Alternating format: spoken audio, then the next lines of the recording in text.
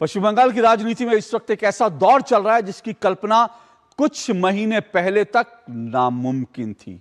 हर गुजरते दिन के साथ ममता बनर्जी की अपनी ही पार्टी पर पकड़ न सिर्फ कमजोर होती जा रही है, बल्कि हालात अब यहां तक पहुंच चुके हैं कि तृणमूल कांग्रेस में ममता बनर्जी के वजूद पर ही पूर्ण विराम लगने वाला है। राजनीतिक गलियारों में अब टीएमसी के कांग्रेस में विलय की अटकलें तेज हो गई हैं। पहले विधायकों का ने साथ छोड़ा और अब एक एक करके टीएमसी के लोकसभा और राज्यसभा सांसद भी दीदी का दामन झटक कर जा रहे हैं। अब तो ममता बनर्जी के सबसे भरोसेमंद और वरिष्ठ टीएमसी जो नेता हैं और सांसद कल्याण बनर्जी ने भी दीदी को आज दो टूक कह दिया है कि वो या तो अभिषेक बनर्जी को चुन ले या फिर उन्हें। सोचिए, वो ममता बनर्जी जिनका कभी पूरी पार्टी पर एक छत्र राज था, जिनके एक इशारे पर पूरी कैबिनेट, सारे विधायक और लाखों कार्यकर्ता नतमस्तक रहते थे, आज वो अपनों के ही बीच खुद को बिल्कुल अलग थलग पा रही हैं। इस बगावत और अंदरूनी फूट के पीछे कोई बाहरी ताकत नहीं, बल्कि खुद ममता बनर्जी का आत्ममुग्ध और तानाशाही रवैया है। सत्ता के अहंकार में चूर नेतृत्व ने जब जमीनी हकीकत से आंखें मूंद ली तो पार्टी का डहना तो तय था। अपने ही वरिष्ठ और अनुभवी नेताओं को किनारे लगाकर संगठन के सारे अधिकार अपने भतीजे के हाथ में सौंप देना लोकतंत्र का मजाक उड़ाने जैसा था। और जब नेतृत्व हार के बाद भी आत्ममंथन करने के बजाय अहंकार में डूबा रहे, सच बोलने वालों की आवाज दबाई जाने लगे और हर नाकामी का ठीकरा दूसरों के सर फोड़ा जाए, तो बगावत की चिंगारी को शोला बनने से कोई नहीं रोक सकता। तो आज बड़ा सवाल ये कि क्या टीएमसी का ये अभेद्य किला हमेशा हमेशा के लिए डह रहा है? आकंठ डूबा भ्रष्टाचार, अभिषेक बनर्जी की तानाशाही या फिर अपनों की उपेक्षा? आखिर ममता बनर्जी के सबसे वफादार सिपहसालार क्यों आज उनका साथ छोड़ रहे हैं? आज पूरा सच में हम बेनकाब करेंगे वो आत्मघाती फैसले जिनकी वजह से दीदी का साम्राज्य ताश के पत्तों की तरह बिखर गया। तो चलिए देखते हैं पूरा सच पूरे विस्तार के साथ। टीएमसी इस समय अपने सबसे बड़े आंतरिक संकट से गुजर रही है और इस कलह से टीएमसी का किला पूरी तरह दरक चुका है। विधायकों और सांसदों की बगावत के बाद अब ममता दीदी के सबसे भरोसेमंद और संकट मोचक माने जाने वाले वरिष्ठ सांसद और कानूनी दिग्गज कल्याण बनर्जी ने भी बगावत का बिगुल फूंक दिया है। यह सिर्फ बगावत नहीं है, बल्कि ममता बनर्जी के नेतृत्व को सीधी चुनौती है। कल्याण बनर्जी ने सीधे अभिषेक बनर्जी के खिलाफ आर पार की जंग का ऐलान करते हुए खुद को उनके बेहद अहम अदालती मामलों से अलग कर लिया। उनका गुस्सा आधी रात को हुए उस अपमान पर फूटा जब घंटों की तैयारी के बाद उन्हें अचानक केस से हटाकर दूसरे वकील को अभिषेक ने मुकदमे की जिम्मेदारी सौंप दी। इसके बाद तल्ख लहजे में कल्याण बनर्जी ने कहा कि उन्हें डस्टबिन की तरह ट्रीट मत कीजिए। उन्होंने अभिषेक बनर्जी को अहंकारी बताते हुए साफ कहा कि आज पार्टी जिस विनाश के कगार पर खड़ी है उसकी वजह सिर्फ और सिर्फ अभिषेक बनर्जी हैं, जो सबको अपना कर्मचारी समझते हैं। कल्याण बनर्जी ने ममता बनर्जी के सामने अंतिम अल्टीमेटम रख दिया है कि तय कर लीजिए दीदी, पार्टी में या तो अभिषेक रहेंगे या फिर वो। अपनों के इस सीधे विद्रोह से अब साफ है कि बुआ भतीजे की तानाशाही के खिलाफ टीएमसी का आंतरिक विस्फोट अब क्लाइमैक्स पर पहुंच गया है। तो पहले आप सुनिए कि कल्याण बनर्जी ने क्या कहा, फिर हम आपको बताएंगे टीएमसी में दीदी के खिलाफ बगावत का क्या है पूरा सच। And henceforth I will not be appearing in any matter on behalf of Abhishek Banerjee. Because this arrogant attitude, I don't like it. One must respect to the seniors. I am 45 years in the profession. All these persons have worked with me as junior. How can he humiliate me? I am also senior in politics. He can't do it in this way. He should understand because of him that we have lost it. He should understand this. He should understand the party is facing this problem because of him. Only because of him. But he will be going disrespecting everyone, disrespecting me. This is not tolerable. I can't tolerate. I will request the Didi, if you depend upon the Abhishek Banerjee, then you remain with the Abhishek Banerjee, leave me.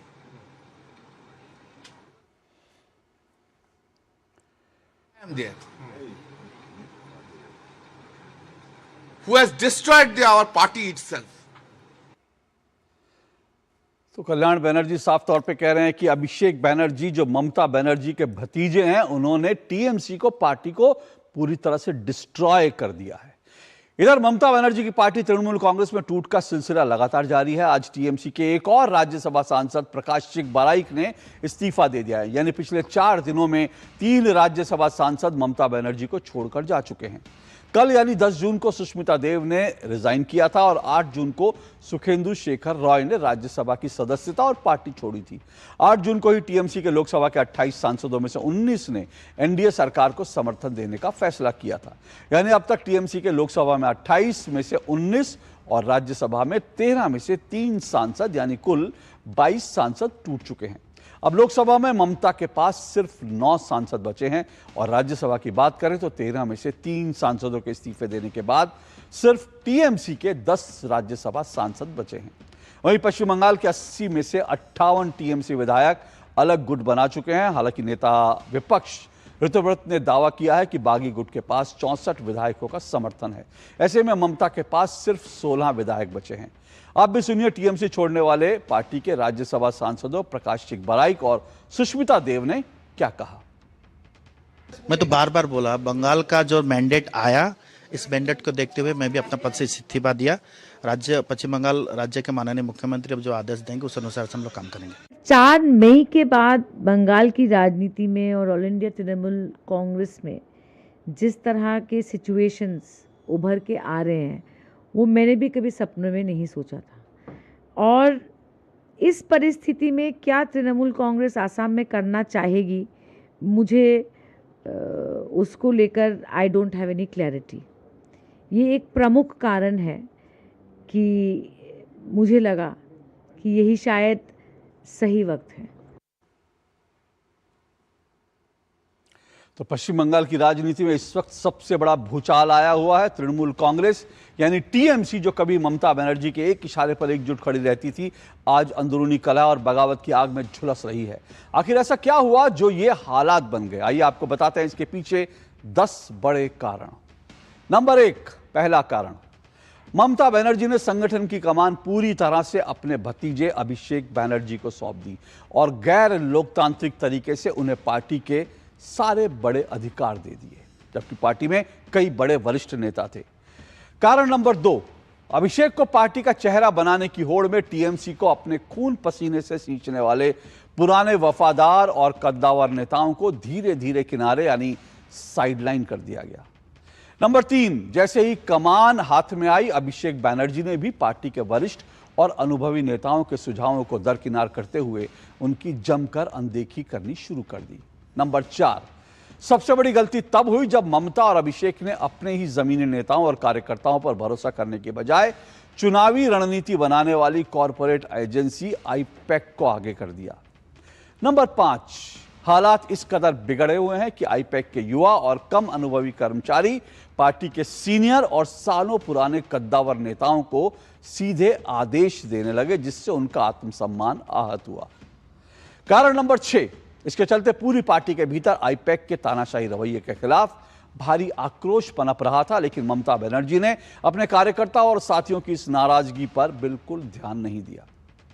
कारण number 7, और जब इस गलत रणनीति के कारण चुनाव में भारी हार का सामना करना पड़ा, तो ममता ने अपनी कमियों पर आत्ममंथन करने के बजाय बाहरी ताकतों, चुनाव आयोग और तरह तरह के बहाने बनाने शुरू कर दिए।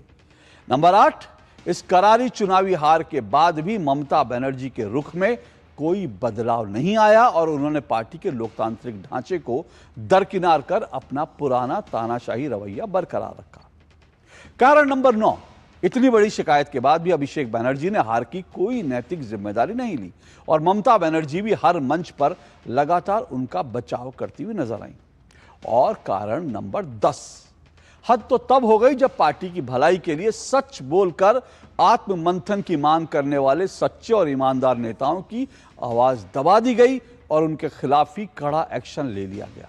निलंबित टीएमसी नेता रिजू दत्ता ने कहा कि अभिषेक बनर्जी ने सालों तक सांसदों और विधायकों का अपमान किया और जिस पार्टी को ममता बनर्जी ने अपने खून पसीने से सींचा था, उसे अकेले इस व्यक्ति ने यानी अभिषेक बनर्जी ने बर्बाद कर दिया।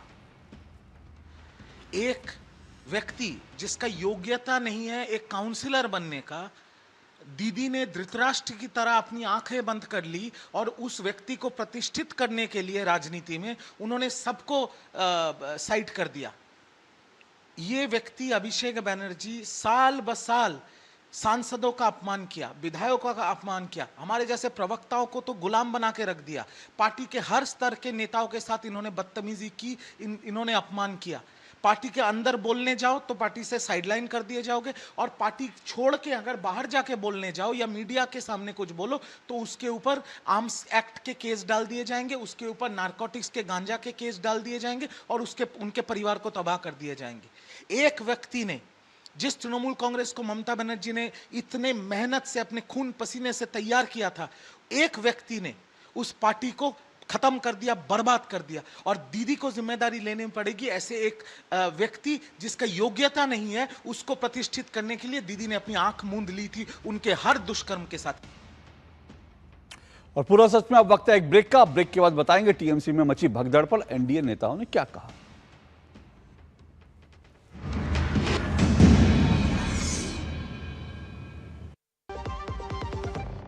घर का खर्च चलाने के लिए रोहन की पढ़ाई वाली एफडी तोड़नी पड़ी और उसके डॉक्टर बनने का सपना भी। काश तुमने जाने से पहले टर्म लाइफ इंश्योरेंस लिया होता। पॉलिसी बाजार ऐप पर 1 करोड़ का टर्म इंश्योरेंस से 410 रुपए महीने से शुरू। दीदी, रोहिणी को क्या दूं बर्थडे गिफ्ट? ये रुपए डिजिटल गिफ्ट वाउचर दे दे। किधर मिलेगा? बैंक ऑफ बड़ौदा के बॉबी पे यूपीआई ऐप पर। मतलब बैंक ऑफ बड़ौदा में अकाउंट खोलना पड़ेगा ना? हाँ, लेकिन बॉबी पे के लिए कोई भी बैंक अकाउंट चलेगा। चैंपियंस कीप थिंग्स सिंपल, हाँ?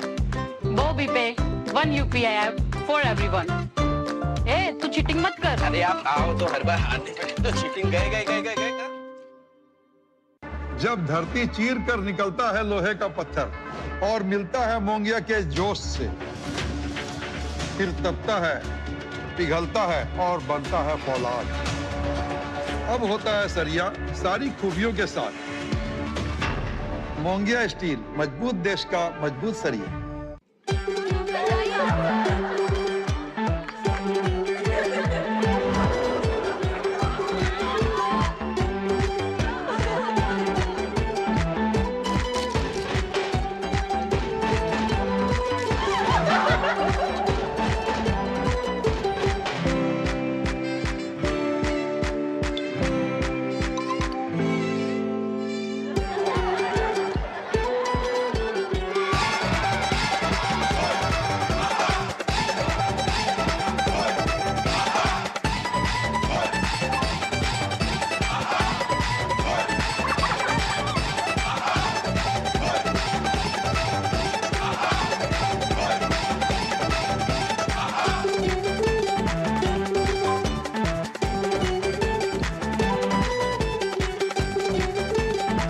भारत करता है डिजिटल भुगतान कहीं भी, कभी भी, कैसे भी।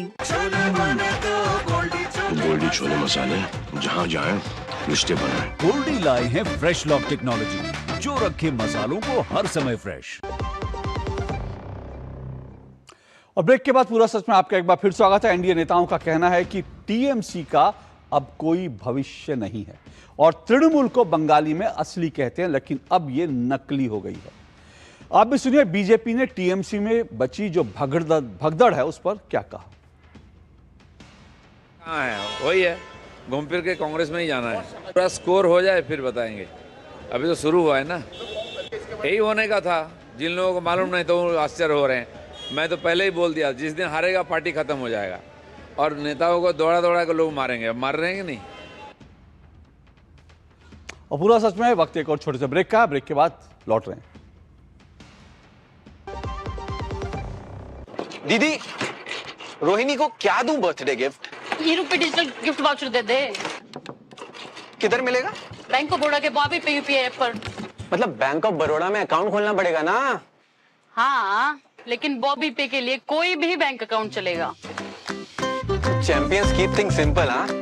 Bobby pay, one UPI app for everyone. ए, तू चीटिंग मत कर। अरे आप आओ तो हर बार हाथ निकले तो चीटिंग गए।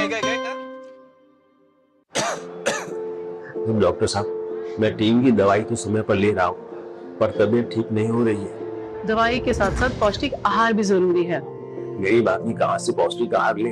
अच्छी खुराक महंगी हो ये जरूरी नहीं है। घर पर बना खाना जैसे दाल, मोटा अनाज, अंकुरित दालें, दूध, हरी सब्जियां, ये सब भी पौष्टिक है। ऐसे समझो, इलाज में दवाई और पौष्टिक खाने दोनों का संतुलन बहुत जरूरी है। एक भी चीज के हटाने से सेहत पर असर पड़ता है। इसलिए सरकार टीबी रोगियों को पोषण के लिए हर महीने 1000 रुपए की सहायता देती है। जन जन का रखे ध्यान, टीबी मुक्त भारत अभियान। बाबूजी के गुजर जाने के बाद ना बेटा एकदम अकेला पड़ गए थे। कभी कर्जा, कभी ब्याज। फिर एगो दिन लगा कि कोई अपना भी साथे खड़ा बा।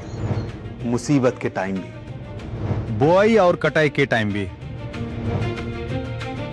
बीज से लेके बाजार तक, बस ई साथ ऐसे ही निभाते रहिए। 12 साल किसान कल्याण के, 12 साल विश्वास के, विकास के, जन कल्याण के।